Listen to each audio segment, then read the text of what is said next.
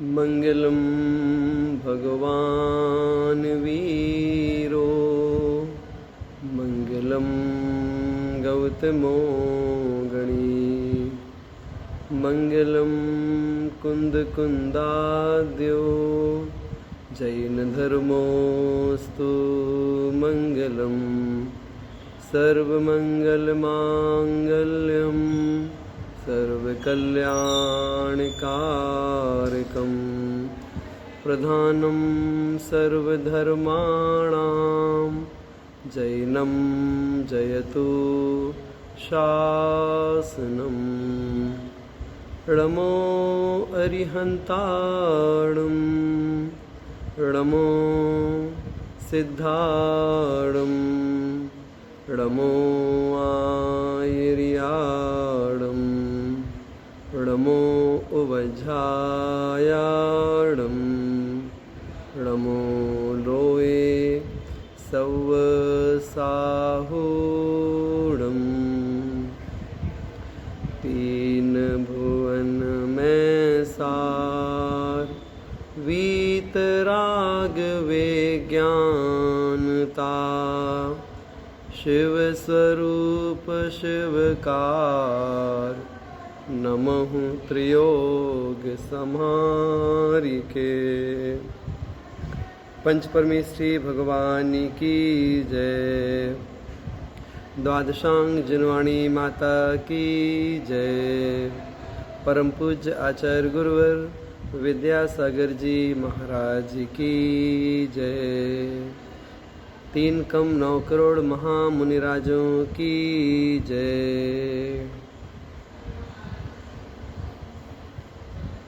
विगत वर्ष की भांति इस वर्ष पुनः हम सभी को ऑनलाइन स्वाध्याय करने का अवसर प्राप्त हुआ है। हमने पहले भी आत्म कल्याण की दृष्टि से माँ जिनवाणी का रसास्वादन किया। इस बार पुनः हमें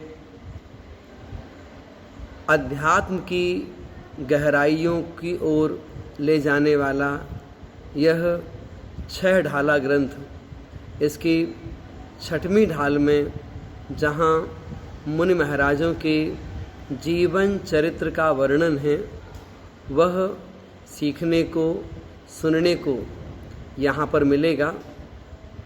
जो ये 6 ढाला ग्रंथ है, पंडित प्रवर दौलत राम जी के द्वारा रचित है।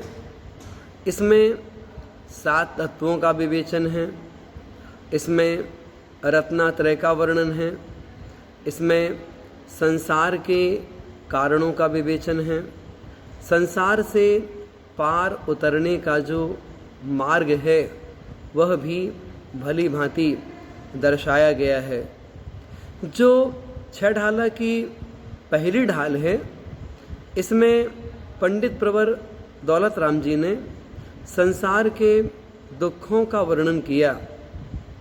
जो दूसरी ढाल है, इसमें दुखों से बाहर निकालने का, दुखों के कारण क्या हैं उसका वर्णन किया। और जो तीसरी ढाल है, उसमें बताया दुखों से हम कैसे छूटते हैं या कैसे दुखों से छूट सकते हैं, उसका वर्णन है। और चौथी ढाल में वह दुखों से छूटने के लिए जो सम्यक ज्ञान है और श्रावकों का चारित्र है, उसका वर्णन है। 5वीं ढाल में 12 भावनाओं का वर्णन आया। जो 12 भावनाएं, चाहे वो गृहस्थ हों, चाहे गृहस्थों में वृत्ति हों, अवृत्ति हों, और चाहे मुनि महाराज हों, सभी इसका वर्णन सुनते हैं, पढ़ते हैं और चिंतन करते हैं। और जो 6वीं ढाल है, इसमें मुनि महाराजों के जीवन चरित्र का वर्णन है। तो यहाँ पर जब आप लोगों से हमने चर्चा की, तो सलाल निवासी जो हिम्मतनगर में निवास करते हैं, हमारे कमलेश भाई गांधी, उन्होंने सबसे पूछ करके इस बार यह निर्णय लिया कि हम सभी छह ढाला की जो छठवीं ढाल है, जिसमें मुनि महाराजों के जीवन चरित्र का वर्णन है, उसके बारे में सुनेंगे। आइए, हम सबका बड़ा सौभाग्य है कि हमें पुनः सामूहिक स्वाध्याय करने का अवसर प्राप्त हुआ है। छह ढाला की जो छठवीं ढाल है, जिसमें मुनिराजों के जो 28 मूल गुण होते हैं और 36 मूल गुण होते हैं आचार्य परमेष्ठी के, ऐसे ही मुनिराजों की बहिरंग चर्या क्या होती है, उनके अंतरंग परिणाम कैसे होते हैं, इन सब का मिला जुला वर्णन हमें इस ढाल में सीखने को मिलेगा। और साथ साथ में वे मुनिराज जी समस्त परिग्रह से रहित होकर अपने स्वरूप में तल्लीन होते हैं, शुद्धोपयोगी बनते हैं। उस समय उनकी आत्मिक स्थिति कैसी होती है, यह भी पढ़ने को मिलेगा। इसके साथ साथ में जब वे शुद्धोपयोग में तल्लीन होकर के शुक्ल ध्यान को ध्याते हैं और 4 घातीय कर्मों का क्षय करते हैं, तो उन्हें क्या प्राप्त होता है? उन्हें अरहंत अवस्था की प्राप्ति होती है और वे अरहंत परमेष्ठी फिर अघातीय कर्मों का भी क्षय करके सिद्ध अवस्था की प्राप्ति करते हैं। ऐसे गुणस्थान की अपेक्षा देखा जाए तो छठे गुणस्थान से लेके 14वें गुणस्थान तक जो सभी मुनिराज हैं, मुनि हैं, इन सब का वर्णन इस ढाल में हमें सीखने को मिलेगा। हम सभी बड़े शांतिपूर्वक इस विषय को सुने, श्रद्धा से अपने अंतरंग में धारण करें और अपने जीवन को अच्छा बनाएं। आइए प्रारंभ करते हैं छह ढाला की छठवीं ढाल। षट काय जीव नाहनन तैं, सब विधि दरब हिंसाटरी, रागादि भाव निवारते, हिंसा न भावित अवतरी, जिनके न लेस मृषान जल, मृणहूँ बिना दियो गहें, 8-10 सहस विधिशील धर, चिद ब्रह्म में नितरमी रहें। ये जो पंक्तियाँ हैं, इनमें सबसे पहले हमें जो मुनिराजों के महाव्रत होते हैं उनका वर्णन सुनने को मिलेगा। एक एक शब्द का अर्थ आपके सामने किया जा रहा है, ध्यान दीजिएगा। षट काय, षट मतलब 6, काय माने शरीर। तो 6 प्रकार के शरीर, 5 स्थावर और 1 तरस, ऐसे करके षट काय। तो क्या होते हैं ये? जीव। ये षट काय के जीव कहलाते हैं, जो कि 5 स्थावर और 1 तरस इस नाम से कहे जाते हैं। तो षट काय जीव ना हननते, हनन माने मारना, हिंसा करना, और ना हनन अर्थात हिंसा नहीं करना, मारना नहीं। तो षट काय जीव ना हननते, सब विधि, विधि माने प्रकार, तो सभी प्रकार की, दरब हिंसा टरी, टरी माने दूर होती है। क्या दूर होती है? दरब हिंसा, सभी प्रकार की द्रव्य हिंसा दूर होती है। कैसे दूर होती है? षट काय जीव न हननते, 5 स्थावर और 1 तरस, ये षट काय के जीव हैं। इनकी हिंसा नहीं करने से सभी प्रकार की द्रव्य हिंसा दूर हो जाती है। अब सभी प्रकार की द्रव्य हिंसा, इसका मतलब क्या होता है? द्रव्य हिंसा एक कहलाती है संकल्पी हिंसा।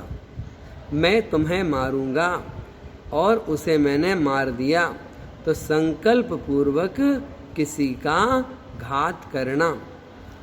जीव घात का घात संकल्प पूर्वक करना, इसका नाम संकल्प हिंसा है। ऐसे ही व्यापार इत्यादि में जो हिंसा होती है वह उद्योगी हिंसा कहलाती है। इसी प्रकार से किसी को हम विरोध में मार रहे हैं, है ना, तो क्या है वो विरोधी हिंसा कहलाएगी। और घर परिवार में जो काम कर रहे हैं गृहस्थी का, उसमें जो हिंसा होती है वह आरंभी हिंसा कहलाती है। तो ऐसे करके सभी प्रकार की जो द्रव्य हिंसा है वह हिंसा दूर हो जाती है। कैसे दूर हो जाती है? तो कह रहे हैं षटकाय जीव न हननते, क्योंकि हम किसी की भी विराधना करते हैं उसमें जो जीवों का घात होता है वह द्रव्य हिंसा कहलाती है। तो पहली पंक्ति के माध्यम से जो द्रव्य हिंसा है उसका वर्णन, उसका विवेचन स्पष्ट किया गया। अब इसकी जो दूसरी पंक्ति है उसे देखिएगा। रागादि भाव निवारते, रागादि भाव जो अंतरंग में राग भाव उत्पन्न होता है, और आदि शब्द है ना, तो आदि शब्द से राग, देश, मोह, विषय, कसाय, अहंकार, ममकार, है ना, जितने प्रकार के भी हमारे द्वारा होने वाले विकारी परिणाम हैं उन सबको भी ग्रहण कर लीजिएगा। तो रागादि भाव निवारते हैं, रागादिक भावों के दूर होने पर हिंसा न भावित अवतरी, जो भाव हिंसा है वह भाव हिंसा भी अवतरित नहीं होती है। रागादि भाव निवारते हैं, रागादिक भावों का निवारण होने पर, रागादिक भावों के दूर होने पर सभी प्रकार की द्रव्य हिंसा दूर हो जाती है। इन दो पंक्तियों के माध्यम से हमें जो मुनि महाराज जी अहिंसा का पालन करते हैं उसका उपदेश, उसका कथन यहाँ पर किया गया। वे मुनिराज जी कैसी अहिंसा पालते हैं? द्रव्य से भी पालते हैं और भाव से भी पालते हैं। भाव से कैसे पालते हैं? किसी का बुरा नहीं करते, किसी का बुरा नहीं विचारते, है ना, और द्रव्य से किसी जीव की हिंसा नहीं करते हैं। ऐसे करके हमने द्रव्य हिंसा और भाव हिंसा इसके त्यागी मुनिराज होते हैं, और वो द्रव्य अहिंसा और भाव अहिंसा इसका पालन करते हैं। यह बात भी यहाँ पर बताई गई। अब जो तीसरी पंक्ति है उस तीसरी पंक्ति का क्या अर्थ है उसे देखेंगे। जिनके न लेस मृषा, लेस मतलब थोड़ा सा भी, मृषा बोलते हैं झूठ, तो जिनके ना लेस मृषा, जिनके रंच मात्र भी थोड़ा सा भी झूठ नहीं है, अर्थात जो सत्य महाव्रत का पालन करने वाले होते हैं, है ना। तो जिनके न लेस मृषा, जो रंच मात्र भी झूठ नहीं बोलते, अर्थात हमेशा सत्य ही बोलते हैं। फिर ना जल मृण हूँ बिना दियो गए, जल और मृण, जल हो गया पानी, मृण हो जाएगा मिट्टी। तो मिट्टी और पानी ये दो चीज़ें बिना दियो ना गहें, मृण हूँ बिना दियो गहें, बिना दिया हुआ नहीं लेते हैं। जब देंगे तभी लेंगे। तो जिनके न लेस मृषा, जो रंच मात्र भी झूठ नहीं बोलते हैं, और जो मिट्टी और पानी भी बिना दिया हुआ ग्रहण नहीं करते हैं। अब चौथा नंबर, 8-10 सहस विधि शीलधर। 8-10 अर्थात जो 18 और सहस माने 1000, 18,000 प्रकार का शील होता है, उस शील को धारण करने वाले चिद ब्रह्म में नित रमी रहें। चिद ब्रह्म अर्थात जो चैतन्य ब्रह्म है, अर्थात जो शुद्धात्मा का स्वरूप है, उस शुद्धात्मा के स्वरूप में नित रमी रहें, अर्थात अपने स्वरूप में ही लीन रहे आते हैं। आपने देखा यहाँ पर इस छंद में अहिंसा महाव्रत, सत्य महाव्रत, आचौर्य महाव्रत और ब्रह्मचर्य महाव्रत, इन 4 महाव्रतों को लेकर के दौलत राम जी ने चर्चा की। आपने देखा यहाँ पर जब अहिंसा की बात करी तो वहाँ पर दोनों प्रकार की बात करी, द्रव्य से भी की और भाव से भी की। इसी प्रकार से सत्य महाव्रत में अंतरंग से भी झूठ बोलने का भाव नहीं होना और बहिरंग में झूठ नहीं बोलना, अंतरंग से आगम के अनुसार बोलने का भाव रखना और बाहर से भी सत्य वचनों का कथन करना। ऐसे ही चोरी पाप में लगा लीजिएगा, अंतरंग और बहिरंग से, अंतरंग परिणामों से बहिरंग से चोरी के पाप का त्याग, और ऐसे ही ब्रह्मचर्य की अपेक्षा से जो 18,000 प्रकार के शील हैं उनको धारण करने वाले कौन होते हैं? महामुनिराज होते हैं।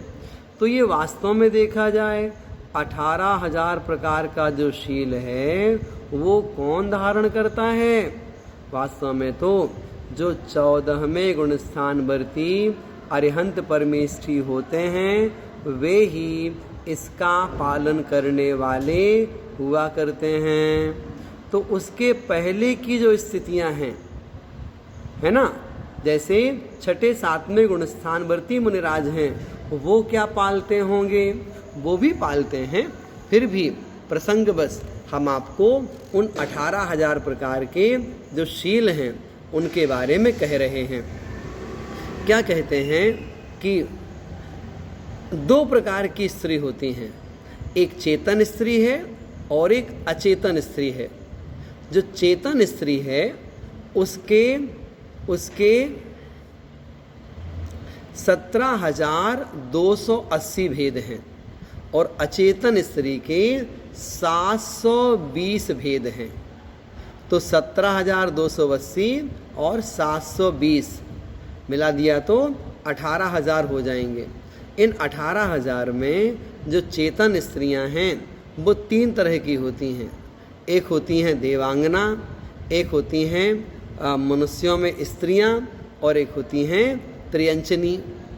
और इसका जो भाव है, मतलब अब्रह्म का जो भाव है वो 3 तरह का है। एक कृत से है, एक कार्य से है, एक अनुमोदना से है। कृत स्वयं करना, कार्य दूसरे से करवाना, और अनुमोदना उसमें सराहना करना।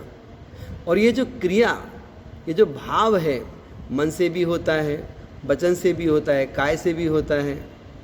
और 5 इंद्रियां हैं, तो 5 इंद्रियों की अपेक्षा से यह जीव ब्रह्मचर्य का भी पालन करता है और अब्रह्म का सेवन भी कर सकता है। और 2 प्रकार से है, द्रव्य से भी है और भाव से भी है। इसी प्रकार से जो संज्ञाएं होती हैं, आहार, भय, मैथुन, परिग्रह, ये जो 4 संज्ञाएं हैं, और ऐसे ही 16 कसाएं हैं, अनंतानुबंधी क्रोध मान माया लोभ, ऐसे ही अप्रत्याख्यानावरण क्रोध मान माया लोभ, ऐसे ही प्रत्याख्यानावरण क्रोध मान माया लोभ और संजुलन क्रोध मान माया लोभ। इस प्रकार से इन सबको आपस में गुणा कर दीजिएगा, संख्या मिलेगी आपको 17,280। कैसे गुणा करना है? जैसे हमने कहा ना, 16 कसाएँ हैं और फिर 4 संज्ञाएँ हैं, फिर द्रव्य और भाव 2 प्रकार से है, और उसके साथ साथ में 5 इंद्रियां हैं और मन वचन काय है और कृतकार्य तन्मोदना है और 3 प्रकार की स्त्रियां हैं। तो 3 प्रकार की स्त्रियां, 3 प्रकार से मन वचन काय, 3 प्रकार से कृतकार्य तन्मोदना, फिर 5 इंद्रियां, फिर द्रव्य और भाव इंद्रियां, फिर 4 प्रकार से संज्ञाएं और 16 कषाएं। इन सबको गुणा करेंगे तो 17,280 हो जाएगा। फिर जो अचेतन स्त्री हैं, अचेतन स्त्रियां 3 तरह की बताई। जैसे कोई लकड़ी है, लकड़ी पर कोई चित्र बना हुआ है। ऐसे ही कोई पाषाण में उकेरा हुआ कोई स्त्री है। और ऐसे ही जैसे फोटो खींच दी या वीडियो देखते हैं तो वो चित्र रंग कहलाता है, चित्र रंग कृत।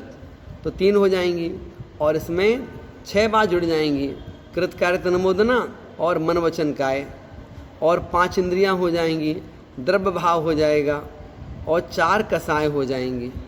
तो द्रव्य की अपेक्षा से 3 प्रकार की स्त्रियां और कृतकार्य तन्मोदना, मन वचन काय और 5 इंद्रियां, द्रव्य और भाव और 4 कषाएं। तो ऐसे गुणा करेंगे तो 720 भेद बन जाते हैं। ये कहाँ पूर्ण होते हैं? ये 14वें गुण स्थान में पूर्ण हुआ करते हैं। इस प्रकार से ये चर्चा हमने आपके सामने रखी। आप लोगों में से बहुत से लोग विचार करते होंगे कि मुनि महाराज जी आखिर कहलाते कौन हैं? जो मुनि महाराज जी हैं वे करते क्या हैं? कैसे अपना जीवन जीते होंगे? थोड़ा सा उनके बारे में बताइए, ध्यान दीजिएगा। जो लोग युवा पीढ़ी है वो भी समझेगी और सुनेगी कि हमारे आचार्यों ने क्या स्वरूप बताया है मुनिराजों का। तो पहली चीज, जिनके शरीर पर एक धागे के बराबर भी कपड़ा नहीं होता है, अर्थात जो दिगंबर होते हैं। दिक् अर्थात दिशाएं, अंबर अर्थात वस्त्र, दिशाएं ही जिनके कपड़े हैं, दिशाएं ही जिनके कपड़े हैं वे दिगंबर कहलाते हैं। तो जो मुनि महाराज जी हैं वो अंतरंग से और बहिरंग से दोनों तरफ से दिगंबर होते हैं। बहिरंग से उनके पास कोई परिग्रह नहीं, कोई वस्त्र आवरण नहीं होता, और अंतरंग की अपेक्षा से उनके अंदर में बाहरी पदार्थों के प्रति लगाव, ममत्व भाव नहीं होता है, इसलिए वो दिगंबर कहलाते हैं। जो हमारे मुनि महाराज जी होते हैं वो पैदल विहार करते हैं। आपके शहर से उनको बॉम्बे जाना है, बॉम्बे से उनको सूरत जाना है, सूरत से बड़ौदरा आना है, बड़ौदरा से अहमदाबाद जाना है, अहमदाबाद से हिम्मतनगर जाना है, और भी आसपास का कोई भी एरिया हो, मुनि महाराज जी हमेशा पैदल विहार ही करते हैं। किसी भी वाहन का प्रयोग वे मुनिराज कभी भी नहीं करते हैं। मतलब क्या हुआ? मतलब ये हुआ पैरों में चप्पल नहीं पहनते, और ऐसा नहीं है कि सुबह 4 बजे उठे और चल देंगे। सुबह जब सूर्योदय का काल आएगा, पौ फट जाएगी, हाथों की रेखाएं उनको दिखने लगेंगी, तभी पैदल सुबह विहार करेंगे वो।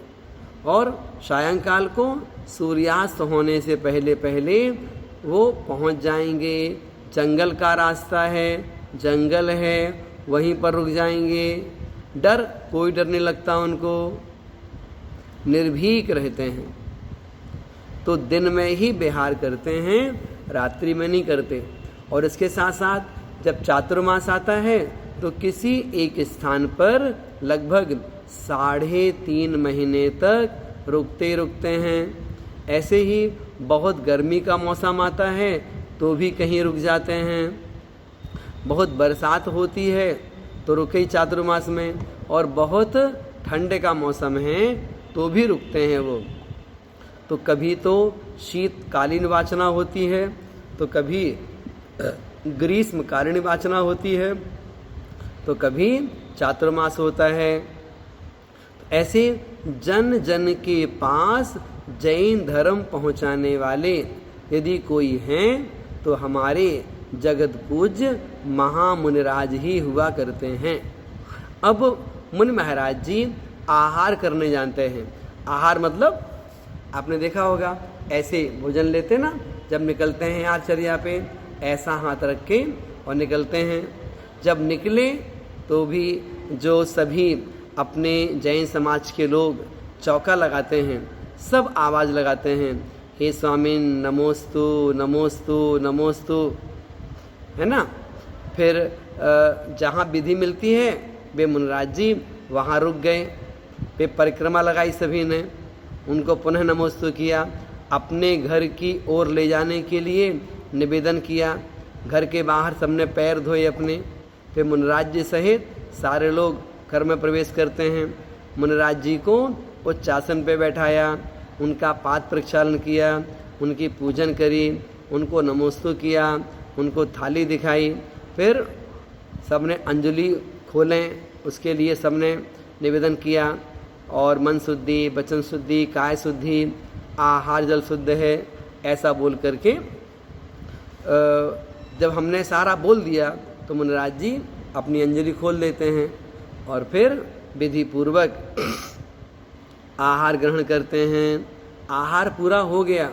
अच्छा, बीच में अंतराय आएगा तो अंतराय भी पालेंगे।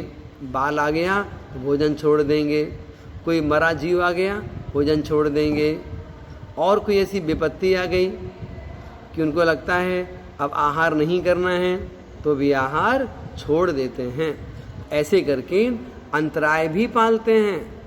अच्छा, आहार कर लिया, अब क्या है, कमंडल में पानी भी भर जाता है उनके, तो क्या वो कमंडल का पानी पीते हैं क्या? नहीं भाई, एक बार ही आहार ग्रहण करते हैं, है ना। इसके बाद में फिर दिन भर कोई पानी नहीं, कुछ भी नहीं।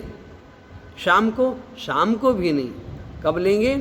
अगले दिन पुनः जब आहारचर्या का समय होगा, वही 9:30, 9:45, 10 बजे का जो टाइम है, उस समय फिर निकलेंगे। फिर सारे लोग खड़े रहेंगे, फिर पड़गाहन करेंगे। तो ऐसे यथाविधि हमारे मुनिराज आहारचर्या करते हैं, और वो ऐसे पानी पात्र में आहार लेते हैं, वो किसी बर्तन में आहार ग्रहण नहीं करते हैं। जो हमारे मुनिराज जी हैं वो केश उलंघन करते हैं। आपको पता है ना, देखा होगा आपने, अपने बालों को वो खुद उखाड़ते हैं, वह केश उलंघन कहलाता है। अच्छा कि वहाँ पर कोई बाल बनाने वाला आ जाए, कोई नौआ बोलते जिसको, वो आ जाए, आकर बाल बना देगा, नहीं, ऐसा कुछ भी नहीं होगा। अपने हाथों से स्वयं वे मुनिराज जी अपना केश उलंघन करते हैं, अपने सिर के बालों का, अपने दाढ़ी के बालों का, मूँछों के बालों का, वो सब निकाल के अलग कर देते हैं, है ना। क्यों करते हैं ऐसा? अब कोई नौआ आएगा तो पराधीनता रहेगी ना, तो पराधीनता वाला कोई काम नहीं, उसको पैसे चाहिए, वो पैसे कहाँ से लाएंगे? इस कारण से आचार्यों ने केश उलंघन की विधि मुनिराजों को बताई है। कब करते हैं? कभी तो 2 महीने में हो जाता है, 2.5 महीने में, 3 महीने में, 3.5 महीने में, 4 महीने तक में एक बार केश उलंघन तो होता ही होता है। कम से कम 2 महीने, अधिकतम 4 महीने। तो ऐसे करके वे मुनिराज केश रुंचन भी करते हैं और शाम को कभी भी कुछ भी खाते पीते नहीं हैं, उससे पूरी तरह से निश्चिंत हैं, जीवन भर के लिए त्याग कर दिया। इसके बाद में जो मुनिराज जी हैं वे रसी भी करते हैं। रसी का मतलब क्या होता है?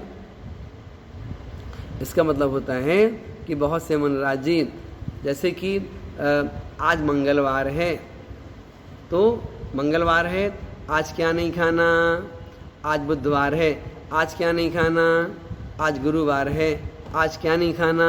तो ऐसे अलग अलग करके एक एक रस का त्याग करते चले जाते हैं।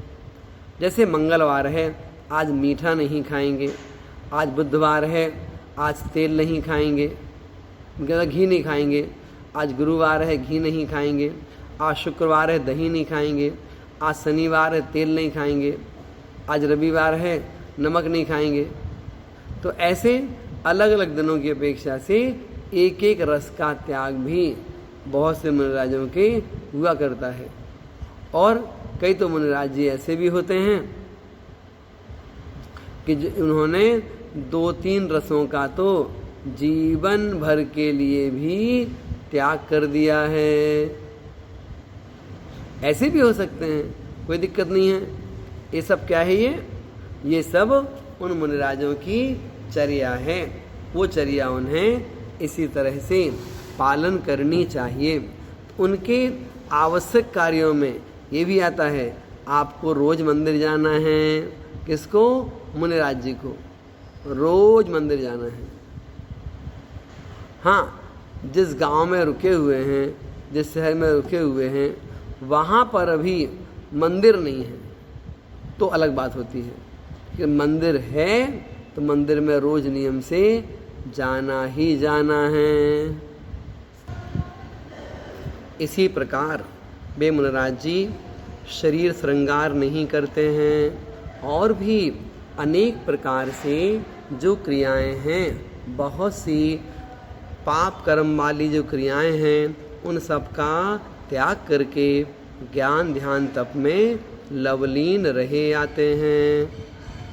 तो ऐसे ही उन मुनिराजों का जीवन चरित्र क्रम क्रम से हम यहाँ पर सुन रहे हैं।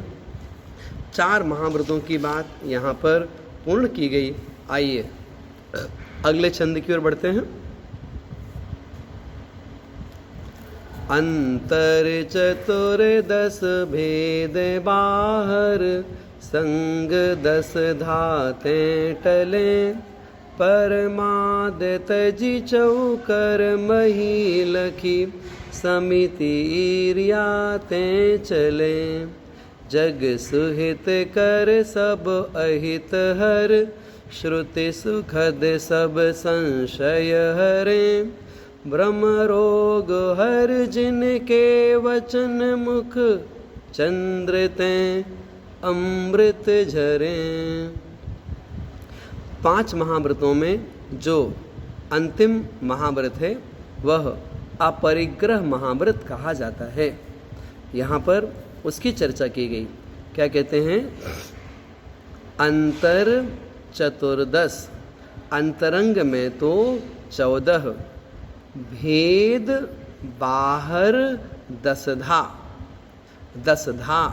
10 प्रकार से बाहरी भेद, 14 प्रकार से अंतरंग के भेद, 10 प्रकार से बहिरंग भेद।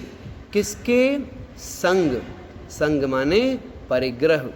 जो 24 प्रकार का परिग्रह है, इसते संग 10 धा तें, इनसे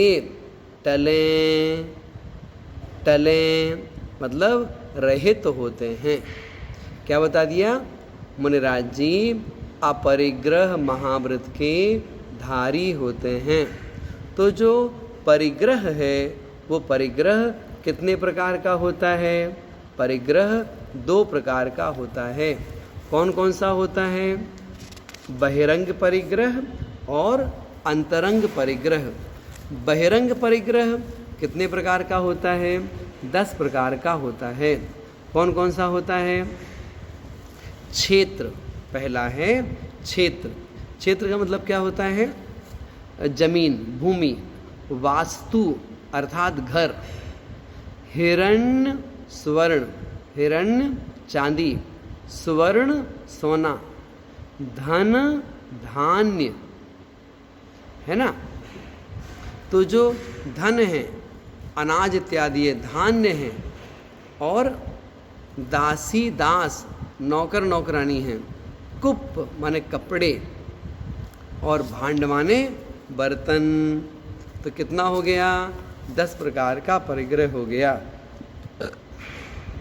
और भी प्रकार की सारी जो वस्तुएं हैं वो कहीं ना कहीं इन्हीं परिग्रह के अंतर्गत समाहित हो जाती हैं। तो ये 10 प्रकार का परिग्रह हो गया बहिरंग की अपेक्षा। अंतरंग की अपेक्षा से 14 प्रकार का परिग्रह होता है। वो क्या है? वो अंतरंग के कषाय भाव हैं। क्रोध, मान, माया, लोभ, ये कषाय होती हैं। नव नो कषाय होती हैं। हास, रति, अरति, शोक, भय, जुगुप्सा, स्त्री भेद, पुरुष भेद, नपुंसक भेद, ये सब क्या हैं? ये जो नवनो कषाय हैं ये भी परिग्रह कहलाते हैं। तो नवनो कषाय हो गई, 4 मुख्य कषाय हो गई। एक होता है मिथ्यात्व, विपरीत मान्यताएं जो होती हैं, तो 14 हो गए। ये 14 अंतरंग परिग्रह कहलाते हैं। वही बात यहाँ बताई गई। मतलब क्या? आप मुनिराज जी बन गए, आपके पास में पिच्छिका हो सकती है, कमंडलू होता है, कोई ग्रंथ शास्त्र हो सकते हैं, है ना। ये सब क्या है? ये उपकरण कहलाते हैं मुनिराजों के। इसके अलावा और जो वस्तुएं यदि हैं वे परिग्रह की कोटि में आएंगी, और परिग्रह का उन्होंने त्याग कर दिया। अब जैसे मुनिराज जी हैं, और आप देखो मुनिराज जी हैं वो मोबाइल रखते हैं। अच्छी बात है क्या?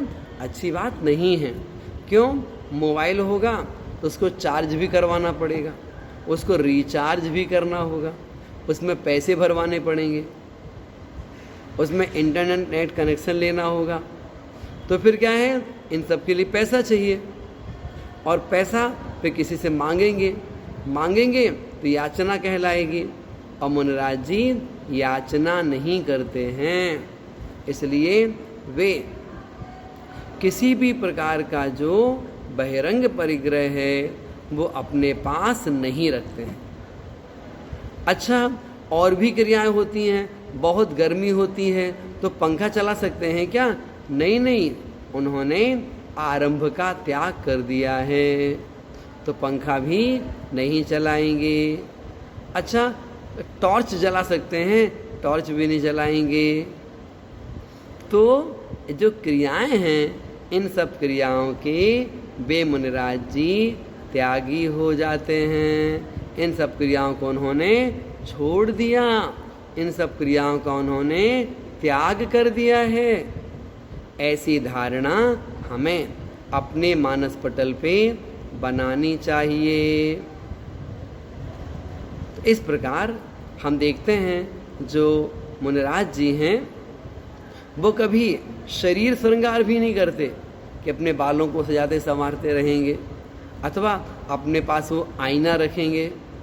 शरीर श्रृंगार वाला कोई काम उनके पास में नहीं होता है। ऐसे सबसे पहले यहाँ पर हमें 5 महाव्रतों के बारे में विषय बताया गया। आपको पता है जो साधु परमेष्ठी हैं इनके 28 मूल गुण होते हैं। इसमें 5 महाव्रत हैं, 5 समिति हैं, 5 इंद्रिय विजय हैं, 6 आवश्यक हैं, और भी 7 शेष गुण कहलाते हैं। ये सब उन मुनिराज के मूल गुण हैं। मूल गुण का मतलब क्या होता है? जैसे मूल के कारण से, जड़ के कारण से वृक्ष खड़ा रहता है, हरा भरा रहता है, वैसे ही ये मूल गुण हैं, अर्थात श्रेष्ठ गुण कहलाते हैं उन मुनिराज के। इन श्रेष्ठ गुणों का पालन करने से हमारे जीवन में भी श्रेष्ठ भावों का प्रादुर्भाव होता है। तो ये चीज भी ध्यान में रखिएगा कि जो मुनिराज जी हैं वो क्या क्या चीज़ पालन करते हैं, क्या चीज़ें वो छोड़ देते हैं। तो 5 महाव्रत हो गए। अब आपको अगला बताएंगे 5 समितियों को लेकर के। उन 5 समितियों में पहली समिति होती है ईर्ष्या समिति, इसी क्रम में भाषा समिति, ऐषणा समिति, आदान निक्षेपण समिति और प्रतिष्ठापन समिति। तो समितियां कितनी बताई? समितियां 5 बताई। एक एक समिति का स्वरूप बताने के लिए अगली पंक्तियां आपके सामने आ रही हैं। परमाद तजी, परमाद का त्याग करके, चौकर मही लखी, चौकर, चौ बोलते हैं 4 के लिए, मही माने पृथ्वी, तो परमाद तज, प्रमाद का त्याग करने के बाद क्या बोल दिया? परमाद तजी चौकर में ही। तो प्रमाद का त्याग करके, प्रमाद को छोड़ करके 4 हाथ मही लखी भूमि देखकर ईर्ष्या समिति ते चलें। बे मुनिराज जी ईर्ष्या समिति से चलते हैं। इसका मतलब क्या हुआ? इसका मतलब ये, मुनिराज के अंतरंग में इतना ज़्यादा करुणा का भाव रहता है, इतना ज़्यादा करुणा का भाव रहता है कि किसी की सेवा करने के लिए वे खुद भी तैयार हो सकते हैं, कोई बाधा नहीं है। और यदि वे ही मुनिराज जी आत्मकल्याण में चले गए, अपने स्वरूप में चले गए, तो भी जा सकते हैं, कोई दिक्कत नहीं है। लेकिन क्वचित कदाचित दूसरों के हित के बारे में सोचें तो वो भी उनके लिए कल्याणकारी होगा। परमाद तजी चौकर मही लखी समिति ईर्ष्या ते चलें। वो ईर्ष्या समिति से चलते हैं, ईर्ष्या समिति का पालन करते हैं। तो जो दूसरा छंद है, इस छंद के माध्यम से वह बात हमें बताई गई। क्या बताया गया? परमाद तजी, प्रमाद का त्याग करके 14 भेद, 14 प्रकार के भेद वाला और अंतरंग की अपेक्षा संग दस्ता। तो यहाँ पर दूसरी पंक्ति कह रहे थे कि प्रमाद का त्याग करके 4 हाथ जमीन देखकर ईर्ष्या समिति से चलते हैं। तो ये 4 हाथ जमीन कौन देखता है? आँख थोड़ी देख पाएंगे, आँख तो देखने का काम करते हैं। 4 हाथ देखिए किसने कहा? ये मन कहता है। अर्थात जमीन देखना, देखने वाला काम नेत्रों का है, और 4 हाथ देख के चलना ये कार्य मन की अपेक्षा होता है। ऐसे करके जो भी क्रियाएं होती हैं, प्रवृत्ति होती हैं, उनमें मन का भी अपना विशेष महत्व होता है। ऐसे करके 5 समितियों में पहली समिति के बारे में कहा। आप प्रश्न कर सकते हैं कि समिति शब्द का क्या अर्थ होता है? तो आचार्य कहते हैं कि यत्नाचार पूर्वक प्रवृत्ति करने को समिति कहते हैं। यत्नाचार का मतलब क्या? यत्नाचार का मतलब होता है जीव है या नहीं है, जीव है या नहीं है, ये देखभाल लीजिएगा। जीव है तो उस प्रवृत्ति से, उस क्रिया से बचिएगा, प्रमाद है उन क्रियाओं से बचिएगा। और साथ साथ में इसका विपरीत लेंगे, यदि अनुकूलताएं हैं तो की बात ही नहीं है। तो जीवों की अहिंसा पालना यह ही मुख्य धर्म, मुख्य कर्तव्य कहलाता है। ये हो गई एरिया समिति। दूसरी समिति आपके सामने आ रही है, वह आएगी भाषा समिति। भाषा समिति का क्या स्वरूप है, यहाँ पर ये तीसरी पंक्ति में कह रहे हैं, जग सुहित कर, जग सुहित कर, जग का कल्याण करने वाली, सब अहित हर, सभी प्रकार का जो अहित है उस अहित को हरने वाली, अहित को दूर करने वाली, श्रुति सुखद, श्रुति माने सुनने में जो सुखद है, बड़ी अच्छी लगती है, सब संशय हरें, सभी प्रकार के जो संशय हैं, संशय सब उपलक्षण के रूप में हैं, सभी प्रकार का कोई संशय है, विपर्य है, अनद्धवसाय है, एकांतपना है, विपरीतपना है, इन सब प्रकार के विकारों को, दोषों को दूर करने वाली होती है। क्या होती है? उन मुनिराज की वाणी। जो मुनिराज की वाणी है कैसी होती है? अत्यंत उदार होती है। कैसी होती है? संसार के सब जीवों का कल्याण करने वाली होती है, सभी प्रकार के अहित को दूर करने वाली होती है, सभी प्रकार के हित को करने वाली होती है, सुनने में अच्छी लगती है। हमारे अंतरंग में किसी भी प्रकार का प्रश्न हो, कोई जिज्ञासा हो, उन प्रश्नों का समाधान करने वाली होती है। तो ऐसे तीसरी पंक्ति का अर्थ बताया कि श्रुति सुखद, फिर सब संशय हरें, किसी भी प्रकार की विपरीत मान्यताएं हैं उन मान्यताओं को हरण करने वाली हैं, दूर करने वाली हैं।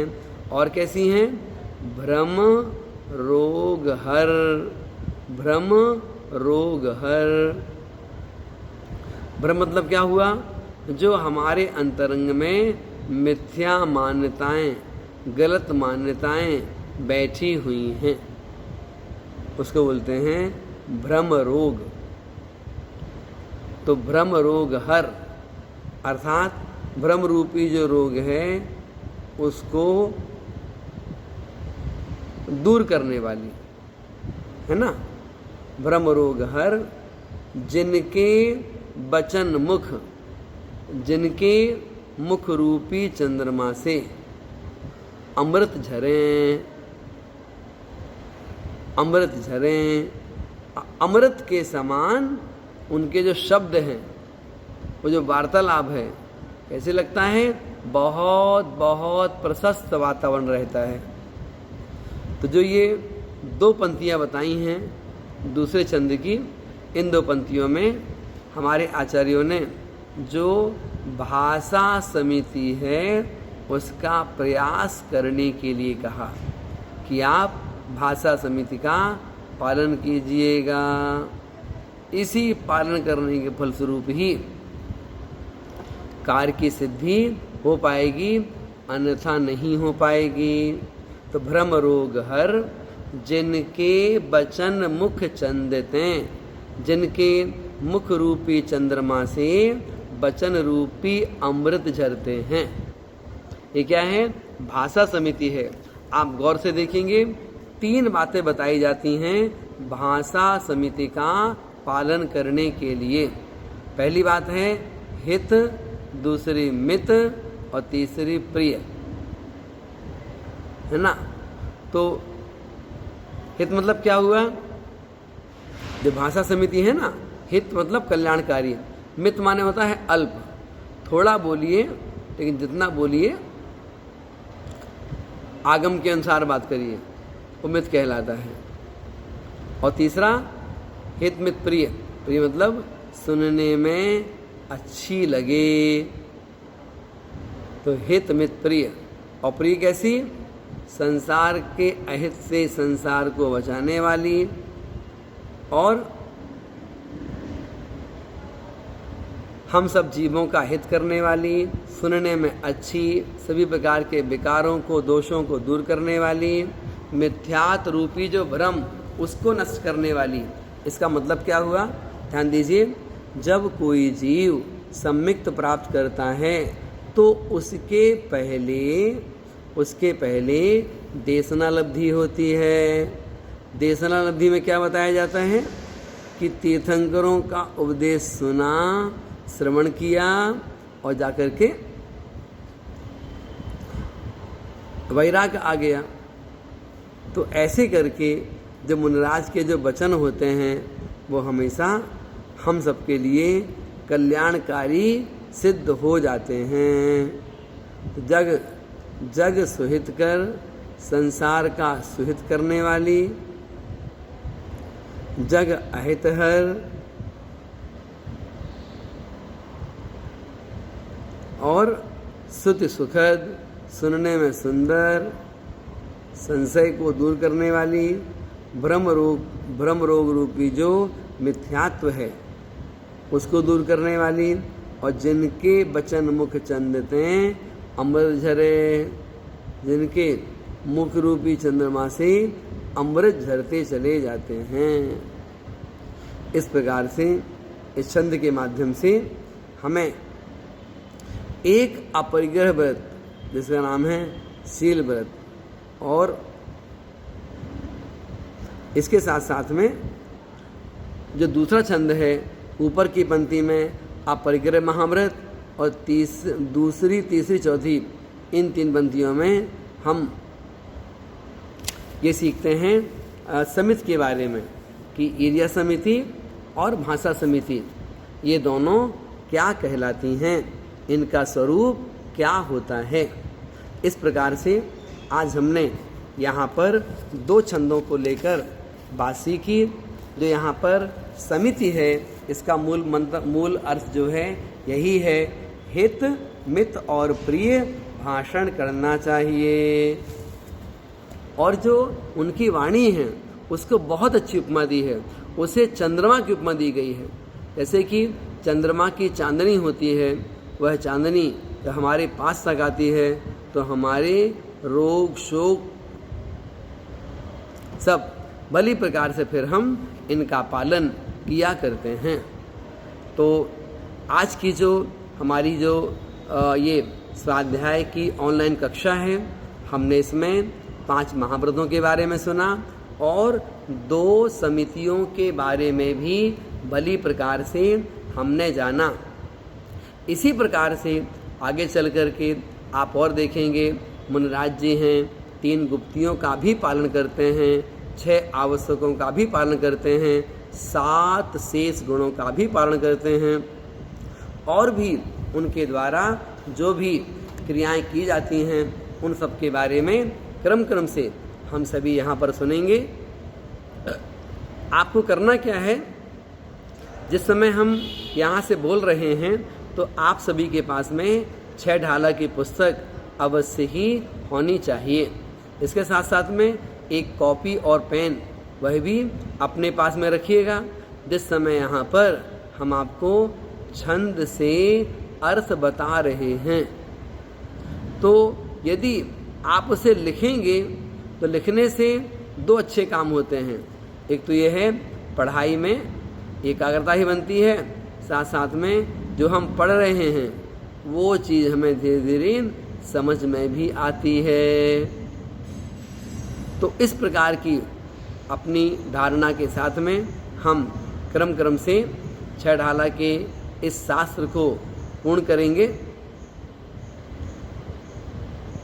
तो जो ये 2 छंद हैं आप सब लोग इन्हें ज़रूर से याद कर लीजिएगा। जिन्हें याद हैं वे इसका अर्थ भी लगाएंगे, जिन्हें याद हैं वे उस अर्थ लगाने के साथ साथ में जब इस गद्दे को हम पलटाते हैं, है ना, तो जो महाव्रत हो गए और समिति हो गई, इसको लेकर के जो विषय का प्रतिपादन है इसे भली प्रकार से आप तैयार करिएगा और चिंतन करिएगा। जो हमारे मुनिराज जी हैं, हम सबका लक्ष्य भी, हम सबका भाव भी इसी प्रकार से बने कि हम भी भविष्य में साधु बन करके और है तो इन व्रतों का अच्छी तरह से पालन करके अपना मानव जीवन सफल बनाएं। इस प्रकार जो आज के विषय हैं वो हमने कहे, आगे कल ये कंटिन्यू चलेगा। आइए हम सभी लोग माँ जिनवाणी की स्तुति करते हैं। अब हम जिनवाणी स्तुति करेंगे। मिथ्यात्म नाश वे को ज्ञान के प्रकाश वे को आपा पर भास वे को भानु सीमा खानी है।